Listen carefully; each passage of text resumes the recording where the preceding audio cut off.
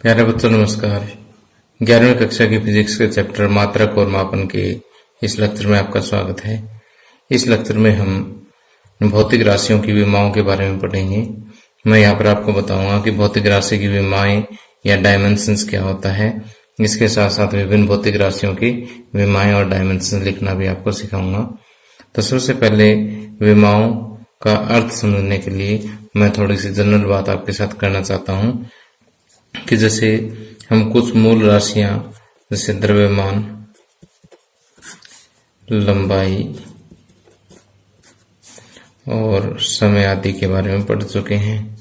इनके मात्रक भी हम पढ़ चुके हैं कि जैसे द्रव्यमान का मात्रक जो है ग्राम, किलोग्राम, पौंड, ये इसके मात्रक है।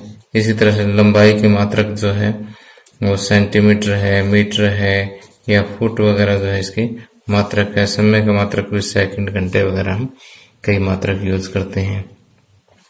तो यदि हम द्रव्यमान के लिए एक सामान्य मात्रक जो है द्रव्यमान को मास कहते हैं, इसलिए हमने इसका नाम एम रख दिया इसके मात्रक का। और फंडामेंटल यूनिट ऑफ लेंथ जो है इसकी जो मूल इकाई है लंबाई की उसको मैं एल कह दूं और समय की मूल इकाई को मैं टी कह देता हूं एक बार। यानी अलग अलग के बजाय एक सामान्य नाम हमने ये ले लिया है कि द्रव्यमान का मूल मात्रक हम m मान लेते हैं एक बार, लंबाई का मूल मात्रक l मान लेते हैं और समय का मूल मात्रक हम t मान लेते हैं। तो इसके हिसाब से हम किसी भी भौतिक राशि का मात्रक एक बार हम लिखते हैं। जैसे क्षेत्रफल, किसी भी जैसे आयत का क्षेत्रफल ले लो, कोई भी क्षेत्रफल ले लो, उसमें लंबाई गुणा चौड़ाई। लंबाई को हम एल, लंबाई की इकाई क्या है एल। चौड़ाई भी एक किस्म की लेंथ ही होती है, लंबाई होती है, तो उसका मात्रक भी हम क्या लेंगे एल। तो L into L, L square.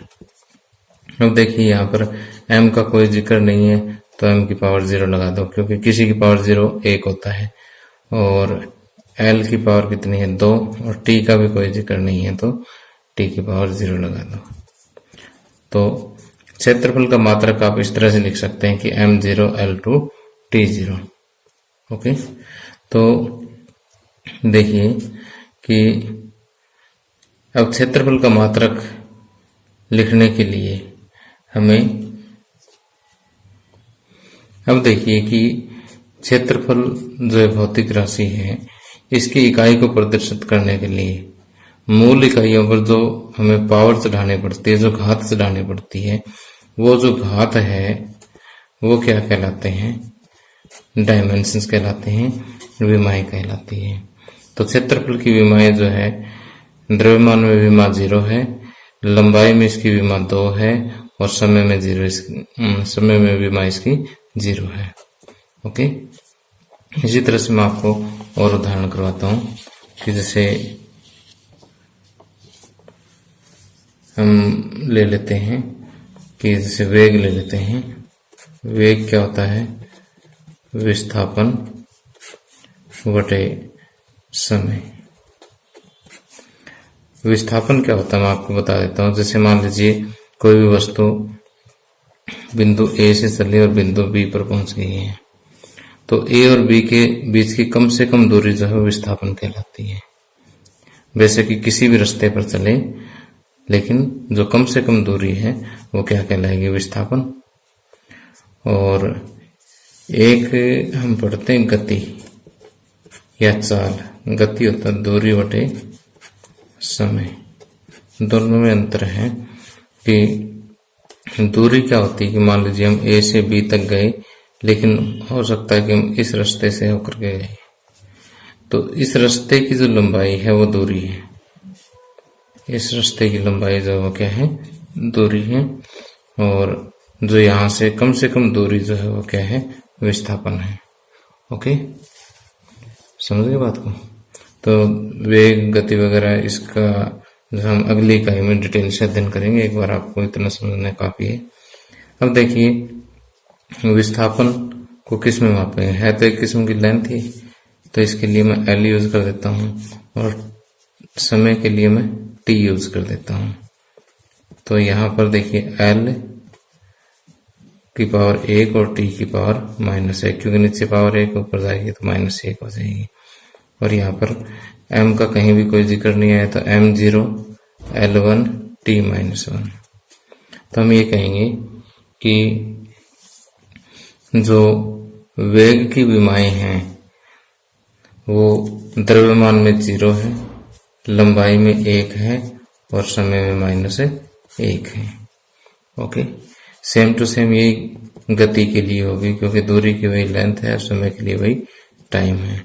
तो आप यहाँ पर इसका भी आसानी से कर सकते हो, क्योंकि बिल्कुल सेम इसके डायमेंशंस हैं। ठीक, अब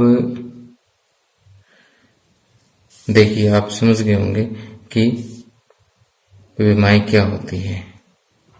तो इसकी परिभाषा मैं आपको नोट्स में से पढ़ा देता हूँ, अच्छे से क्लियर हो जाएगी। कि किसी भौतिक राशि की विमाएं उन घातों या घातांकों को कहते हैं जिन्हें उस राशि को व्यक्त करने के लिए मूल राशियों पर चढ़ाना पड़ता है। कि देखिए कि जैसे यहाँ पर मैंने उदाहरण दिया आयतन का, आयतन को व्यक्त करने के लिए मास की पावर 0 चढ़ानी पड़ी, द्रव्यमान की पावर 0 चढ़ानी पड़ी है, लंबाई की घात 3 चढ़ानी पड़ी है और समय की घात 0 चढ़ानी पड़ी। तो द्रव्यमान में विमा 0, लंबाई में 3 और समय में 0 विमाएं इसकी है। देखिए कि विमाओं को हम एक और तरीके से परिभाषित कर सकते हैं कि किसी भौतिक राशि की विमाएं उन घातों या घातांकों को कहते हैं, इतना तो सेम है, जिन्हें उस राशि की इकाई को व्यक्त करने के लिए या उस राशि के मात्रक को व्यक्त करने के लिए मूल मात्रकों पर चढ़ाना पड़ता है। आप ऐसे भी कह सकते हैं या ऐसे भी कह सकते हैं कि उस राशि को व्यक्त करने के लिए मूल राशियों पर चढ़ाना पड़ता है। अगर यह राशि का मात्रक लेते हो तो यहाँ मूल मात्रक कहना पड़ेगा आपको। दोनों ही परिभाषाएं बिल्कुल सही है, कुछ एक बुक्स में ये लिखी हुई है, कुछ एक बुक्स में मात्रक के हिसाब से लिखी हुई है। दोनों में आपको कंफ्यूज होने की जरूरत नहीं है। इसके अलावा जो वेग का उदाहरण आपको यहाँ पर नोट्स में दिखाई दे रहा है, ये मैंने आपको लिख के दे दिया है, समझा दिया है। और बाकी ये जो नोट्स हैं जो आपको स्क्रीन पर दिखाई दे रहे हैं, इनकी आप PDF फाइल भी डाउनलोड कर सकते हैं, नीचे डिस्क्रिप्शन में इसका लिंक है। ओके, तो आगे हम कुछ राशियों की और विमाएं लिखते हैं ताकि ये कंसेप्ट अच्छी तरह से क्लियर हो जाए। अगली राशि हम लेते हैं त्वरण। अब देखिए त्वरण क्या होता है कि वेग बटे समय। इसकी डिटेल जैसे मैंने बताया था कि अगली यूनिट में हम डिटेल से पढ़ेंगे अभी, तो जस्ट इनके फार्मूले याद रखना ही काफी है कि त्वरण क्या होता है।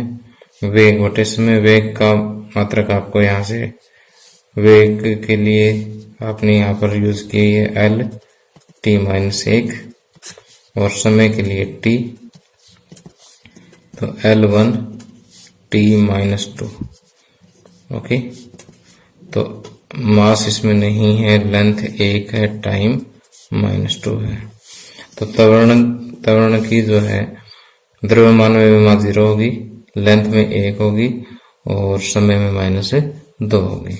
ओके, इसी तरह से आप बल का एक एग्जांपल और समझाता हूँ, उसके बाद में इसी के आधार पर कुछ और इम्पोर्टेंट बातें आपको बताऊंगा। बल क्या होता है, द्रव्यमान गुणा त्वरण। द्रव्यमान के लिए आप m यूज करोगे और त्वरण के लिए जो है m0 L1 t-2। तो आप ये कहोगे m1 L1 t-2। तो बल की जो विमा है द्रव्यमान में 1 है और लंबाई में भी 1 है और समय में -2 है। ओके, तो देखिए ये जो घात है 1 और -2, ये क्या है, बल की विमाएं हैं। ओके, अब मैं आपको बताता हूं कि विमीय सूत्र क्या होता है। विमीय सूत्र, डायमेंशनल फार्मूला।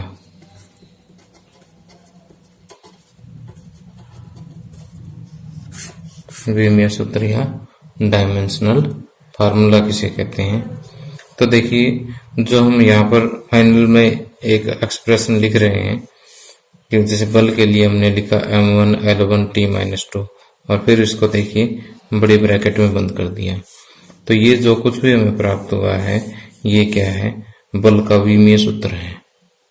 ठीक, इसी तरह से m0 L1 T-2 इन बड़ी ब्रैकेट समेत ये पूरी एक्सप्रेशन ये क्या है, त्वरण का विमीय सूत्र है।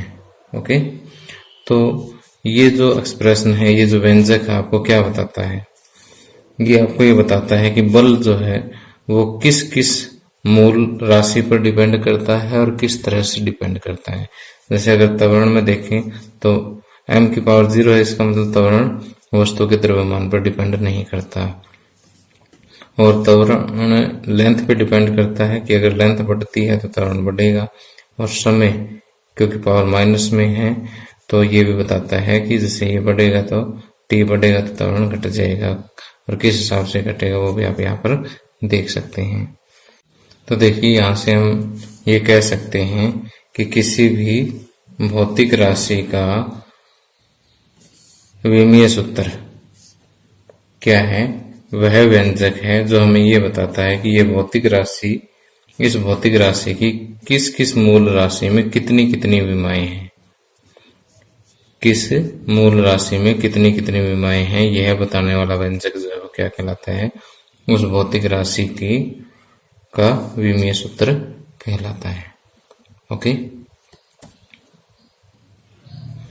तो आप यहां से देख सकते हैं कि विमीय सूत्र क्या होता है। किसी दी हुई भौतिक राशि का विमीय सूत्र वह व्यंजक है जो यह दर्शाता है कि उस भौतिक राशि में किस मूल राशि की कितनी विमाएं हैं। जैसे आयतन का विमीय सूत्र, वेग का विमीय सूत्र, त्वरण का विमीय सूत्र ये है, बल का विमीय सूत्र ये है। ओके, अगर आप ऊपर जैसे L1 है तो ऊपर 1 ना भी लगाओ तो भी चलेगा, वो अंडरस्टूड होता है कि ये L1 है। अगर आप इसको सीधा लिख देते हैं mLT-2 तो ये भी ठीक रहेगा। ओके, लेकिन अगर लिखना चाहो तो लिख भी दो। अब देखिए विमीय समीकरण क्या होता है कि यदि हम किसी भौतिक राशि को उसके विमीय सूत्र के बराबर रख देते हैं, जैसे मान लीजिए कि आयतन है तो आयतन के लिए मैं कैपिटल V यूज करूं, तो आयतन के बराबर अगर मैं इसका विमीय सूत्र रख देता हूं तो हमारे पास एक समीकरण आ जाता है, और यह समीकरण क्या कहलाता है, विमीय समीकरण कहलाता है। बिल्कुल सिंपल सी भाषा में हम यहाँ पर कहते हैं कि किसी भौतिक राशि को उसके विमीय सूत्र के बराबर लिखने पर प्राप्त समीकरण को उस राशि का विमीय समीकरण कहते हैं। ठीक, जैसे आयतन को V से डिनोट करके इसके बराबर इसका सूत्र लिख दें। ठीक, तो ये जो समीकरण हमें प्राप्त हुआ है ये आयतन का विमीय समीकरण है। इसी तरह से वेग के लिए, इसी तरह से एक्सीलरेशन के लिए, इसी तरह से फोर्स के लिए आप अलग अलग समीकरण जो है वो प्राप्त कर सकते हैं। ठीक, अब देखिए भौतिक राशि की विमाओं से संबंधित जो है कुछ नोट करने वाली बातें हैं कि एक तो भौतिक राशि की विमा यानी जो डायमेंशंस है वो मात्रकों की पद्धति पर निर्भर नहीं करता। हम बेशक भौतिक राशि को किसी भी सिस्टम में मापें, विमा वही रहेगी। जैसे मान लीजिए बल है, बल की जो विमा है वो mLT-2 है, तो बेशक आप बल को MKS में मापो, CGS में मापो, SI सिस्टम में मापो, किसी भी मात्रक की पद्धति में आप बल का मापन करो, लेकिन विमा क्या रहेगी, सेम रहेगी। इसके अलावा कुछ शुद्ध संख्याएं हैं जैसे 1, 2, 3, ठीक, या फिर पाई है। एक मैथमेटिक्स में हम ई भी यूज करेंगे आगे, एक्सपोनेंशियल फंक्शन है, ये भी 2 और 3 के बीच में इसकी कोई वैल्यू होती है।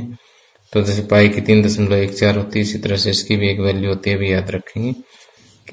तो जितनी भी शुद्ध संख्याएं हैं उनकी कोई भी विमाएं नहीं होती, उनकी विमा m0, l0, t0 आप लिख सकते हैं। डायमेंशन लेस है, ये विमा रहित है। ओके, इसके अलावा कोई शुद्ध अनुपात है, जैसे समतल कोण है। क्या है, समतल कोण। समतल कोण जो है ये किसके बराबर होता है? चाप बटे त्रिज्या। ठीक, तो देखिए कि जैसे ये चाप हो गई और ये इसकी त्रिज्या हो गई। चाप को भी आप लंबाई में मापते हो, त्रिज्या के लिए भी एल यूज करते हो, इकाई इसकी। तो L by L, L zero हो गया। मास और टाइम का तो पहले जिक्र नहीं है, तो M zero, L zero, T zero. तो समतल कोण भी क्या हो गया? विमा रहित हो गया। ओके, इसकी भी कोई विमाएं नहीं है। ठीक, तो यहाँ पर मैंने दो मेन बातें बताई। एक तो भौतिक राशि की विमा जो है, डायमेंशन जो है, सिस्टम ऑफ यूनिट पे डिपेंड नहीं करता, मात्रकों की पद्धति पर निर्भर नहीं करता। दूसरा, शुद्ध संख्याएं हैं या शुद्ध अनुपात है, रेशियो है, तो उसकी कोई विमाएं नहीं होती। ओके, अब आइए कुछ महत्वपूर्ण भौतिक राशियों के सूत्र और उनके विमीय सूत्र जो है वो पढ़ते हैं। और ये आप ये समझ सकते हैं कि इस चैप्टर का नहीं बल्कि 11th क्लास की फिजिक्स का बहुत ही इम्पोर्टेंट पार्ट है, और ये कॉम्पिटिटिव पॉइंट ऑफ व्यू से बहुत इम्पोर्टेंट है। जब मैं आपको आगे नीट, जो आपका मेडिकल एंट्रेंस टेस्ट है, और जेईई मेन और एडवांस के जैसे क्वेश्चन मैं आपके सामने डिस्कस करूंगा, तो आपको ये विमीय सूत्र जो है वो फटाफट याद होने चाहिए। ओके, तो अभी ध्यान से आप समझेंगे तो याद करना मुश्किल नहीं होगा। ओके, तो जैसे बल के लिए मैंने आपको अभी बता ही दिया था क्या होता है, m1 l1 t माइनस 2। इसके लिए, इससे पहले जो है त्वरण के लिए m0 l1 t माइनस 2, ये विमीय सूत्र था, बाकी तो सिंपल ही थे। और अब आगे देखिए कि हम बात करते हैं आवेग की।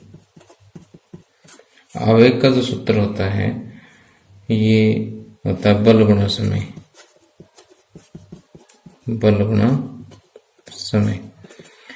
अब बल का जो विमीय सूत्र है एम एल टी माइनस 2, और समय का क्या है टी।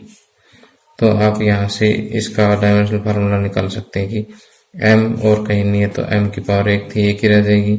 l भी और कहीं नहीं है तो l 1 था, 1 ही रह जाएगा। t यहाँ -2 और यहाँ 1, -2 + 1, क्योंकि मल्टीप्लाई होते टाइम पावर ऐड हो जाती है। -2 + 1 क्या होगा? -1 होगा, तो t -1।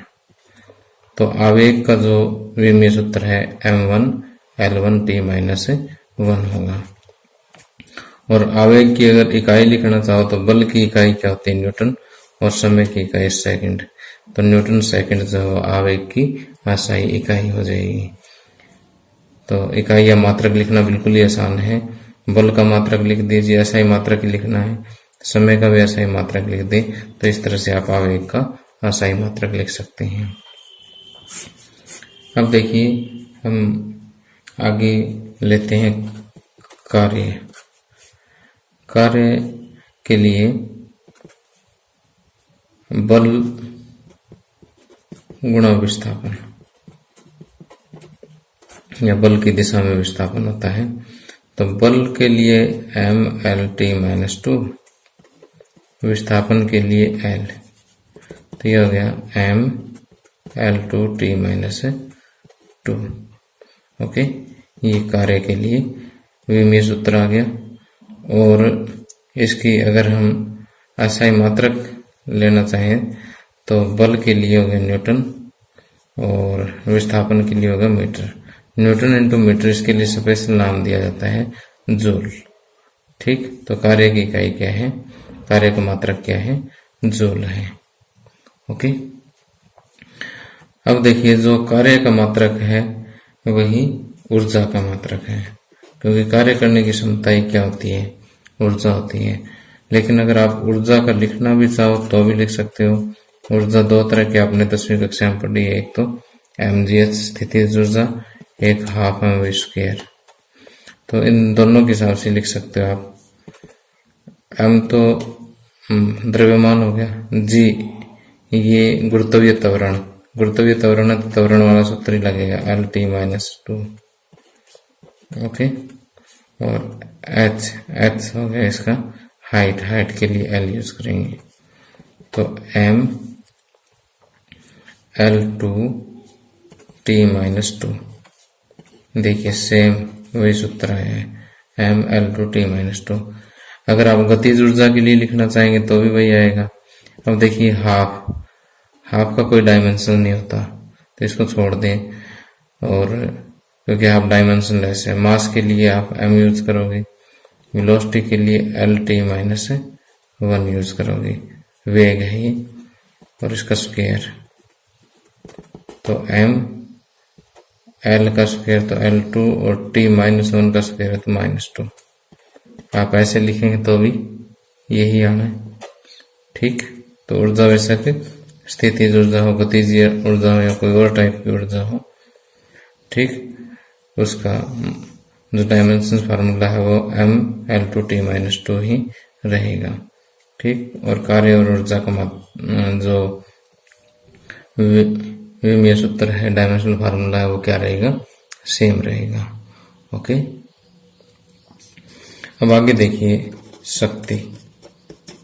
शक्ति यानी पावर। कार्य करने की दर को शक्ति कहते हैं, कार्य बटे समय या ऊर्जा बटे समय। अब कार्य का आपको पता ही है mL2t-2, और समय के लिए हो गया t, तो यह हो जाएगा mL2t माइनस के 2 ऊपर है, एक और जाएगा तो -3 हो जाएगा, ठीक। और इसी तरह से आप संवेग का भी लिख सकते हो। संवेग जो है वो होता द्रव्यमान गुणा में वेग, द्रव्यमान गुणा में वेग, इसको इंग्लिश में मोमेंटम कहते हैं, मोमेंटम। ओके, और एक था आवेग, इम्पल्स, ठीक। तो द्रव्यमान के लिए आपको m लिखा, आपने आप m लिख सकते हो, वेग के लिए L_t-1 लिख सकते हो, तो m L_t-1। ओके, अब इसी तरह से अगर आपको त्रिकोणमितीय किसी त्रिकोणमितीय अनुपात का अगर विमीय सूत्र लिखना पड़ जाए, फॉर एग्जांपल साइन थीटा है, साइन थीटा आपको पता है कि समकोण त्रिभुज में अगर ये कोण थीटा है तो लंब बटे कर्ण, ये साइड बटे ये साइड होती है, ये BC, तो ये हो जाएगा BC बाई AC, सूत्र तो ये बन गया। अब BC भी क्या है, लेंथ है, AC भी क्या है, लेंथ, तो लेंथ बाई लेंथ क्या हो जाएगा, m0 L0 t0, dimension less है।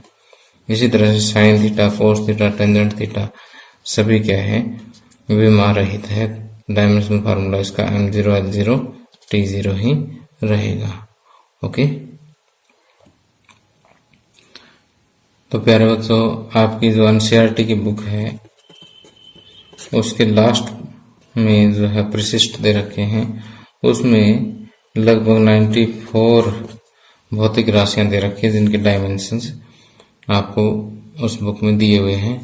तो आपने मतलब ये आपको चैप्टर के बीच में नहीं मिलेंगे, चैप्टर के बीच में लगभग इतने मिलेंगे जितने मैंने यहाँ डिस्कस करवाए हैं, लेकिन बुक के बिल्कुल लास्ट में देखना आप, ठीक है।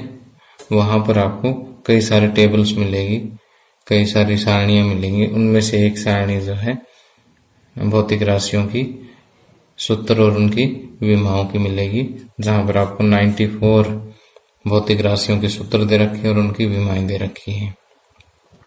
तो जितना हो सके मैक्सिमम इनके विमीय सूत्रों को याद रखें, ठीक। तो लगभग शुरू वाले 30 से 40 सूत्र जो है आपको जितना मैंने समझाया वहां से आप कर सकते हो। अगले लेक्चर में मैं आपको बाकी के बचे हुए विमीय सूत्र जो है वो लिखना सिखाऊंगा, ठीक है। बाकी कोई ज्यादा नई चीज उसमें नहीं है, हम आगे अभी तक तो डील कर रहे थे सिर्फ जिसमें द्रव्यमान हो, लंबाई हो और समय हो। आगे मैं ताप, विद्युत धारा और जो पदार्थ की मात्रा है, क्वांटिटी ऑफ मैटर, यानी जिसमें मोल हम यूज करते हैं इकाई, तो ये 3 चीजें और इंट्रोड्यूस करूंगा। ठीक है, तो कई बच्चे सोचते हैं सर कि सूत्र तो हम याद कर लेंगे, उसका विमीय सूत्र हम लिख करके देख लेंगे। तो प्यारे बच्चों, ऐसा आपने कुछ नहीं करना। आपको देखो लिखना तो आना चाहिए ही चाहिए, इस तरह से कैलकुलेट तो करना नहीं आना चाहिए। बाकी अगर आप इसको डायरेक्ट याद करते हो तो बहुत अच्छी बात है, क्योंकि कॉम्पिटिटिव में हमारे से ऐसे क्वेश्चन पूछे जाते हैं कि जैसे मान लीजिए कि नीचे 4 या 5 भौतिक राशियां दे देंगे कि इनमें से किन किन के विमीय सूत्र समान है, या इनमें से बाकी 3 के विमीय सूत्र समान है, एक का नहीं है, तो किसका नहीं है। और क्योंकि कॉम्पिटिटिव एग्जाम में हमारे पास समय होता नहीं, और फटाफट अगर याद होगा तो वो बच्चा देखो आगे निकल जाएगा। ठीक, तो एकदम से दिमाग पर बर्डन मत लो इसके। डेली के अगर आप 20 भी याद करते हो तो 5 दिन में आसानी से सारे के सारे याद हो जाएंगे। और ये जो है आपके सिर्फ एक चैप्टर का काम नहीं है, ये पूरी फिजिक्स का काम है, +2 के लास्ट तक का, यानी 12th क्लास भी अगर पास कर लोगे तो भी आपको ये सूत्र और जो विमीय सूत्र आपको काम आते रहेंगे। ठीक है, तो मैं तो ये चाहता हूँ बच्चों कि आप ये काम जो है पूरी लगन से और बार बार लिख करके इसका अभ्यास करें।